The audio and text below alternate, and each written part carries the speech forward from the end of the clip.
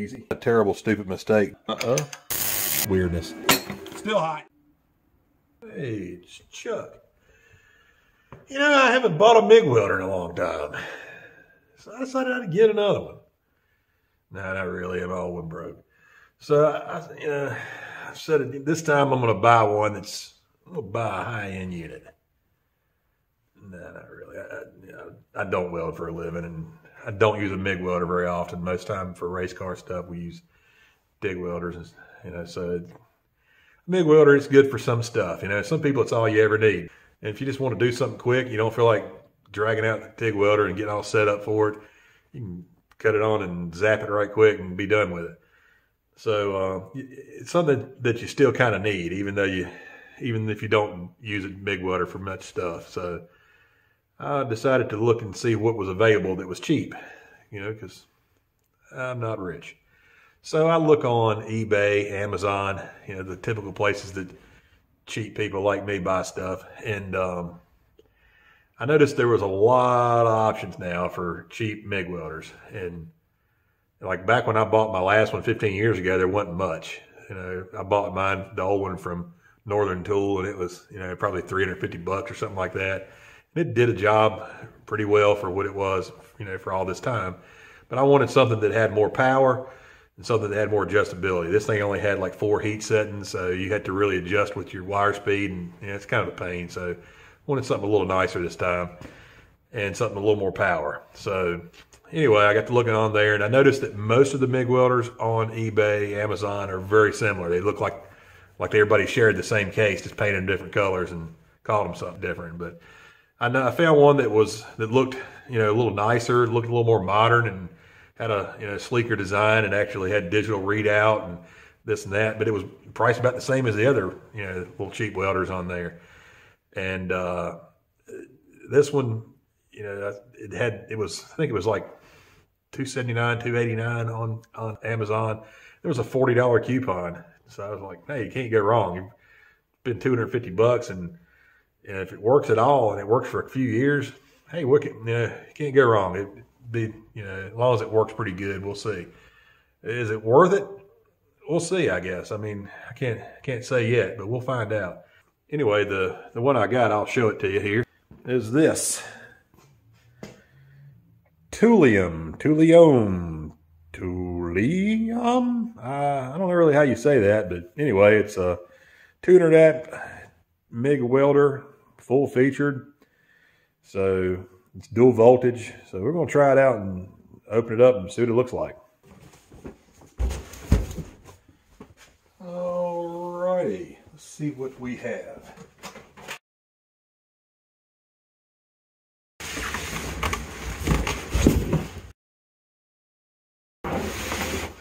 Oh, we got some nice foam here.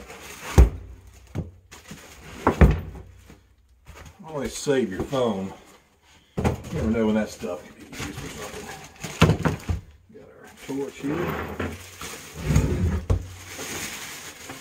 Oh, look at this. So far, so good. Looks pretty nice. Got a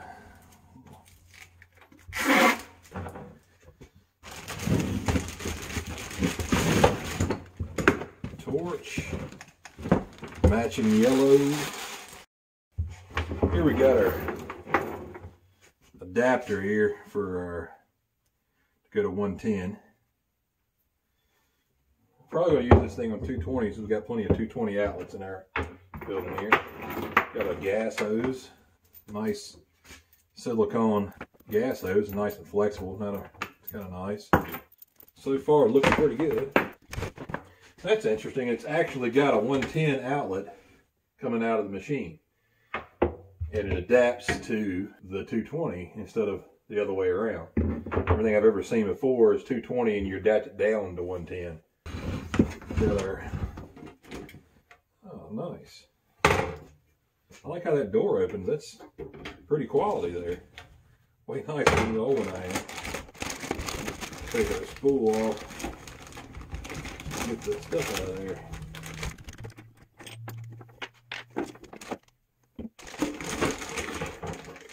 There's a big Ziploc bag. Take my sandwiches to work right there.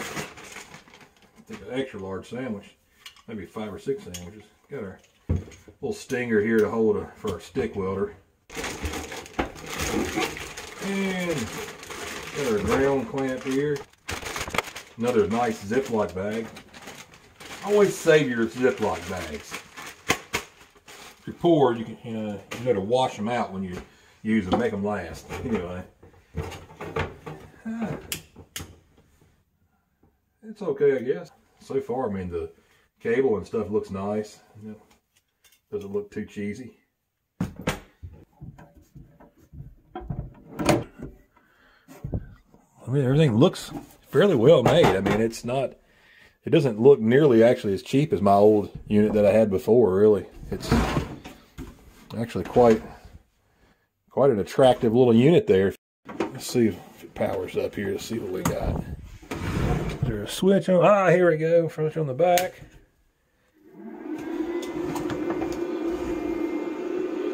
Wow, look at that.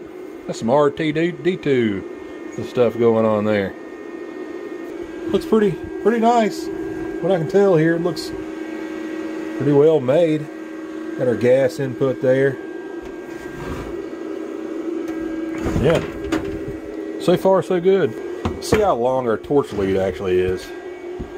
Let's see here.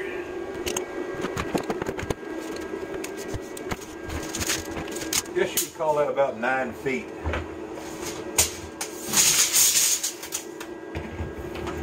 Not real long, but not terribly short either. And let's see about our ground clamps here. Oh, it's actually a little longer. Almost 10 feet long.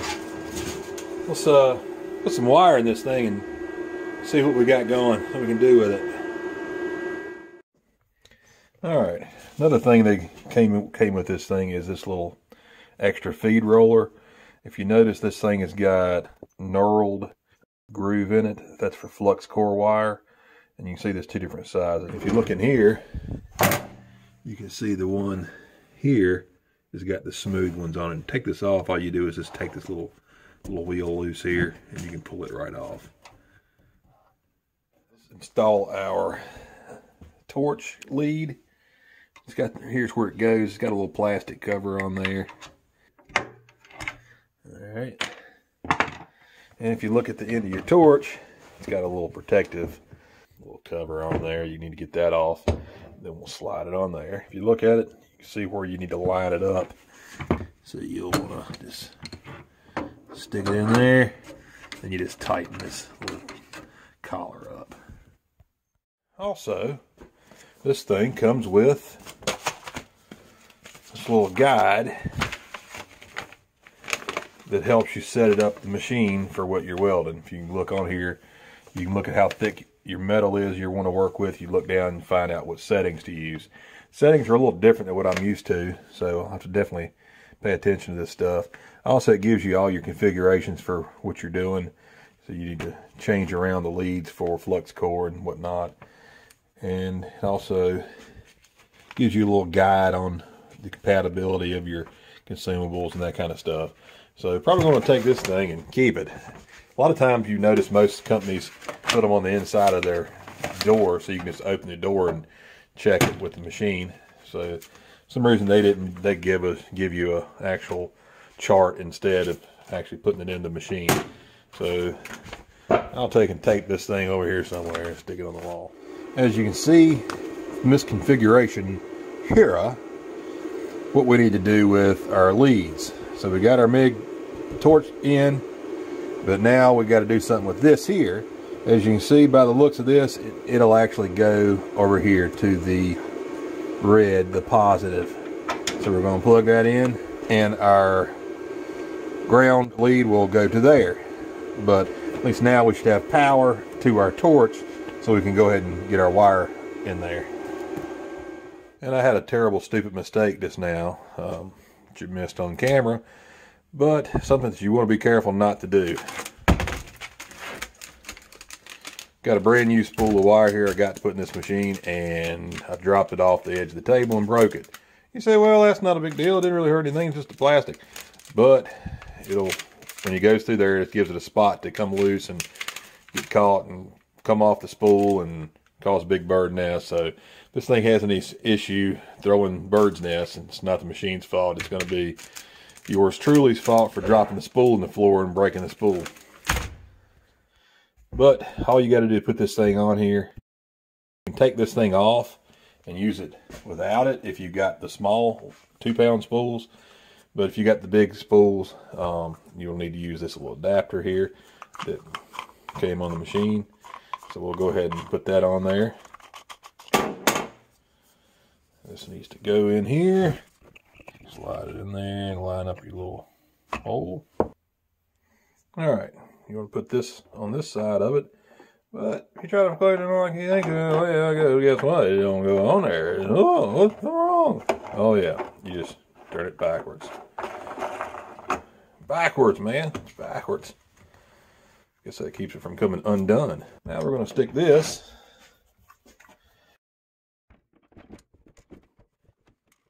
Put your big washer on there. And your little wing nut. And get a little snuggy. Still want to be able to turn it. Alright, next step. I'm going to get our end of our wire out right here. There we go. Until we get this thing going, we want to tighten it on up so it don't take off on us. And we want to make a clean cut on our wire here to get for a start. Don't want any kinks or anything in the very beginning. And we're going to start feeding this thing on in here. Through this little, whoa! So that's what you don't want to happen right there. You don't want that thing to get loose on you. This is one of them kind of things that really nice if you had an extra hand, but you know how we are, we only come with 2. So if you can hold it, it wouldn't be a bad idea. If you got the opportunity, you can take you a little bit of tape.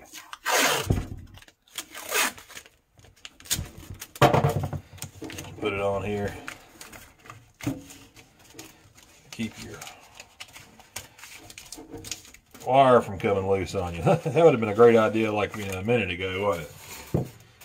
Alright, now let's get our wire started in there. Now I can use both hands. And as you see right here, it'll come out right here. And you want to take your finger and get it right in the other one right there. So now you're going into your torch lead. And you can go ahead and start feeding it on in there.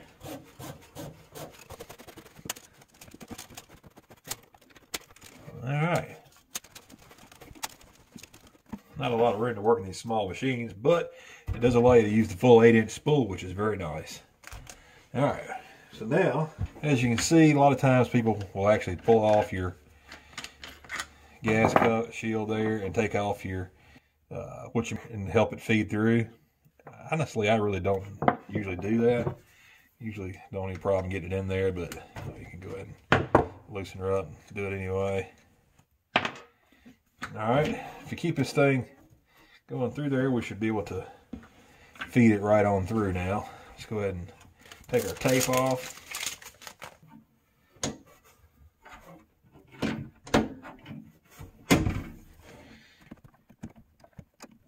And go ahead and turn it back on and see if we can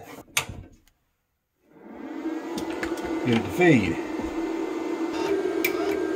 Loosen this up a hair.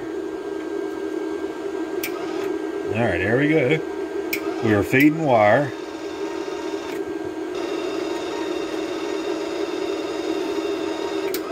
Oh, there we go.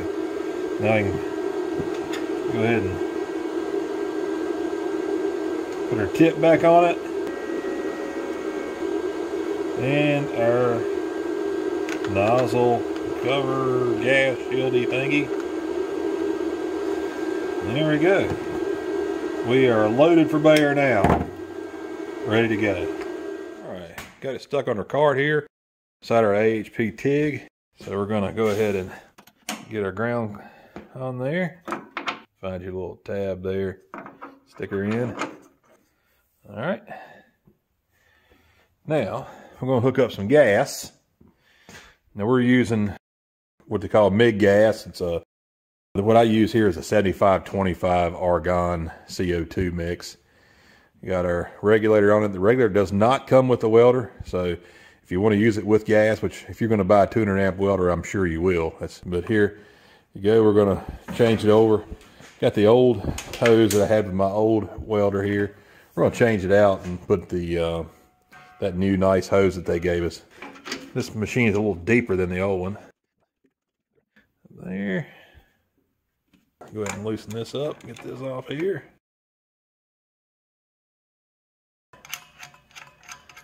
All right. Uh-oh. Oh, well, uh-oh. Got a little miscommunication going on here with our parts. So let me go find another piece to stick on here to get these two things conversating right. Okay.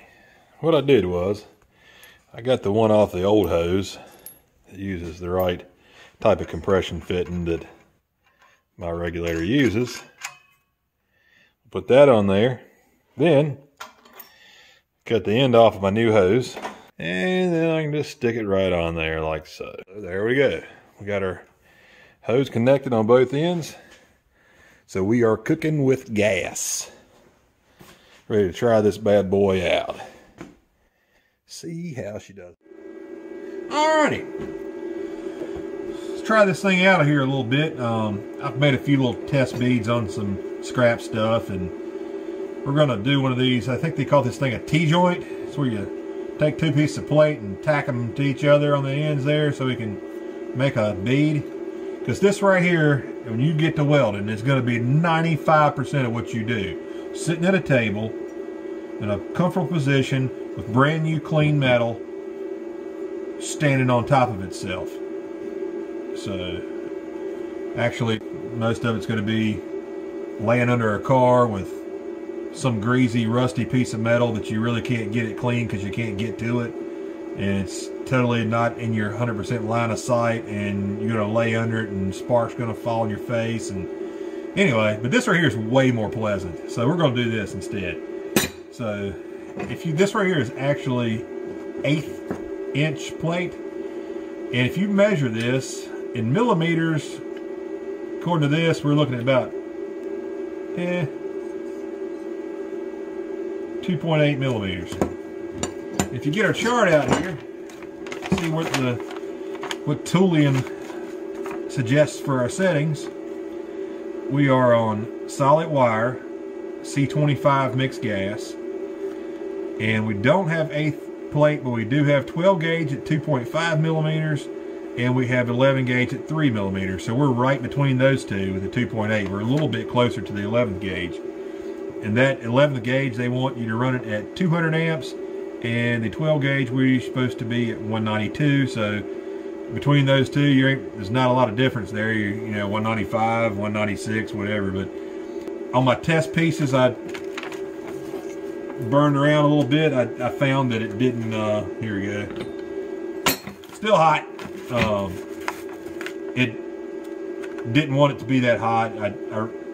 I ran it a little cooler than that. I actually put it on 165 amps. That slowed the wire speed a little bit down because it automatically adjusts that. And I actually did the micro adjust, the voltage adjustment down to low instead of normal. So let's give this thing another zing here and see what happens. I had to get my TIG gloves out because my MIG gloves are so many holes in it. These have nearly not as many holes as my other ones. And if you see, this is some crazy stuff going on here. Don't question any of this. Just don't look. All right, let's see what we can do here. Get my helmet on. That's a motorcycle helmet. Welding helmet. Okay. All right, here we go.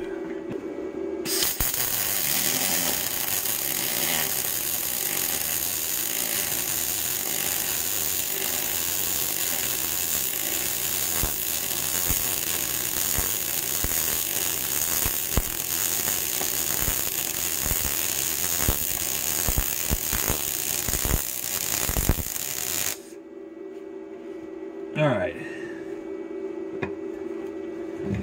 that is 165 amps. Let's change it up a little bit. I'm going to turn this thing up while we've got a little bit left, all the way to where it says you should do it, which I would guess be about 196. So we're going to pump that thing up. Now we're going to put it on 196, and we're going to turn the voltage back to normal. So this is where we'd be set to the chart that they recommend. So, and I'll tell you right now, you got to move fast with this much, because it's going to be whizzing on out of here. All right, here we go.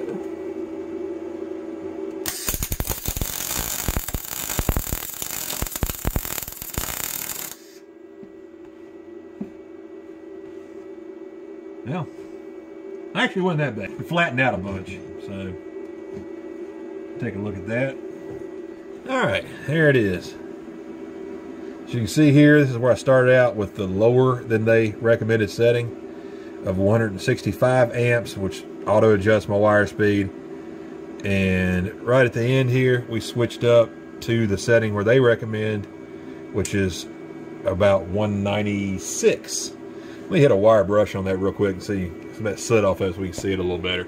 And you can see here, this is the factory suggested setting. It flattened out a bunch, which I should have put some more. I should have stayed in it right here a little bit and added some more, I guess. But man, she was pouring it to it. Tell you what, I'm gonna flip this thing around and do that all the way down the other side to see what it looks like. Alrighty, let this thing cool off. And we already did the one side. I just flipped it around, and we're gonna try that factory setting. I'm just gonna go to the to this tack wheel here.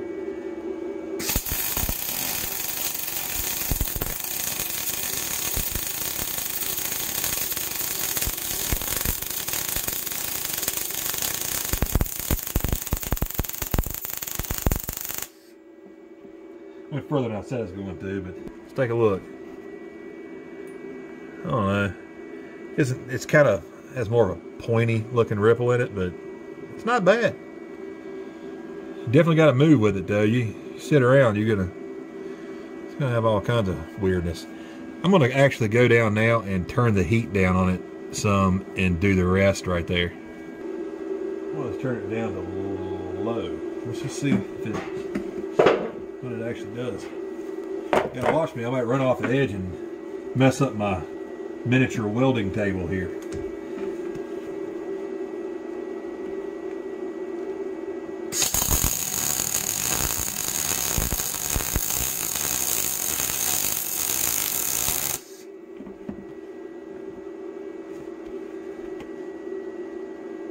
Yeah, I kind of like that better, honestly. So, anyway, try this one more time here. I want to do a little experimentation. I'd like to find out how it looks. I'm going to run a little bit again, and I'm going to change the inductance on it, but I want to see how much it really matters for the inductance. Right now, the inductance is 9. So it's almost all the way up. We're on a bead on this, and we'll see how it does.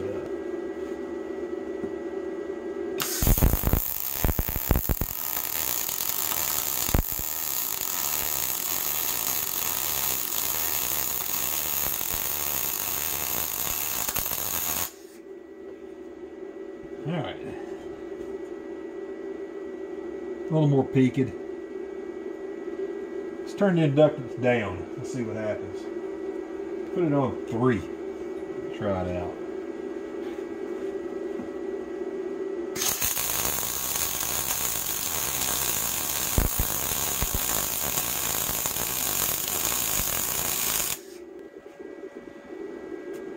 I think I liked it a little better with not so much inductance. I don't know if this thing maybe is gauged differently than what others are, but alright, so our first weld here was done at my guesstimated settings, which was quite a bit lower than the Tooliom's chart setting. We went with 165 amps. The volts was set to lower than normal, and the inductance was set at 9. Notice we have a thicker, rounder bead on that one. The next one, we went right off of the chart that came from Tooliom with the welder. There was no listing for 1/8 inch steel, so we just averaged it between the 11 gauge and the 12 gauge and came up with 196 amps. We set the voltage straight up at normal, and our inductance was at 9.